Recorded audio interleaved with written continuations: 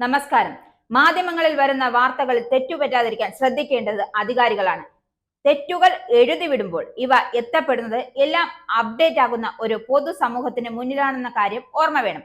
അതുകൊണ്ട് തന്നെ തെറ്റുകൾ ചൂണ്ടിക്കാണിക്കുകയും അവ വിവാദങ്ങൾക്ക് വഴിവെക്കുവാനും അധിക സമയം വേണ്ടിവരുന്നില്ല. പറഞ്ഞു വരുന്നത് കഴിഞ്ഞ ദിവസം ദേശാഭിമാനി പത്രത്തിന് സംഭവിച്ച ഒരു പിഴവിനെ കുറിച്ചാണ്. അതായത് കവിയൂർ പൊന്നമ്മയുടെ മരണവുമായി ബന്ധപ്പെട്ടാണ് വാർത്ത തെറ്റായി എത്തിയത്. പൊന്നമ്മയുടെ മരണത്തെക്കുറിച്ചുള്ള മോഹൻലാലിന്റെ അനുസ്മരണം നൽകിയതിലാണ് തെറ്റ് സംഭവിച്ചത്. ലേഖനത്തിൽ മോഹൻലാലിന്റെ അമ്മ നേരത്തെ മരിച്ചു എന്ന തെറ്റായ പരാമർശം കടന്നു വന്നിരുന്നു. ഇത് വിവാദത്തിന് വഴിവെച്ചിരുന്നു. സോഷ്യൽ മീഡിയയിൽ ദേശാഭിമാനിക്ക് നേരെ കടുത്ത വിമർശനം ഉയർന്നതിനെ തുടർന്ന് പത്രാധിപർ ഖേദപ്രകടനം പ്രസിദ്ധീകരിച്ചു. പത്രത്തിൽ പ്രസിദ്ധീകരിച്ച ലേഖനത്തിൽ തെറ്റ് സംഭവിച്ച ഭാഗം ഇതാണ്. എന്റെ ആരാധകരും അതിലേറെ ഇഷ്ടപ്പെട്ടതാണെന്ന് മനസ്സിലാക്കുന്നത്, രണ്ട് പ്രിയപ്പെട്ട അമ്മമാരിൽ ജന്മം തന്ന അമ്മ നേരത്തെ യാത്ര പറഞ്ഞു പോയി.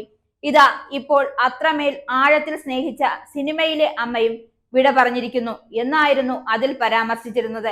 ലേഖനത്തിൽ നടന്റെ അമ്മ മരിച്ചുവെന്ന വസ്തുതാവിരുദ്ധമായ പരാമർശം കടന്നു വന്നത് വൻ വിമർശനങ്ങൾക്ക് ഇടയാക്കിയിരുന്നു.